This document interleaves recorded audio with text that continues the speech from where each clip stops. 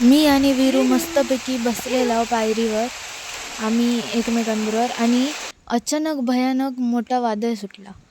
आता ह्यो काय पावसाचो महिनो नाही हा. तरी पाऊस प्रकट झालो कसं माहीत नाही.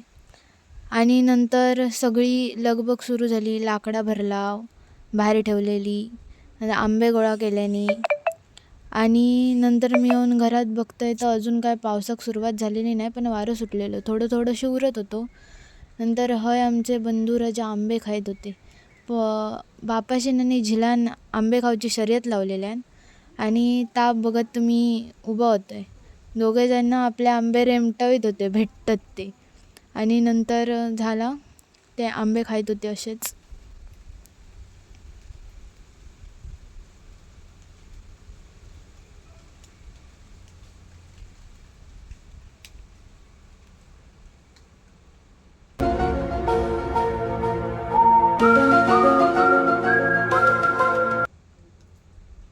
आणि नंतर पाऊस पडाक सुरुवात झाली. पावळो गरजतवर पाऊस पडलो.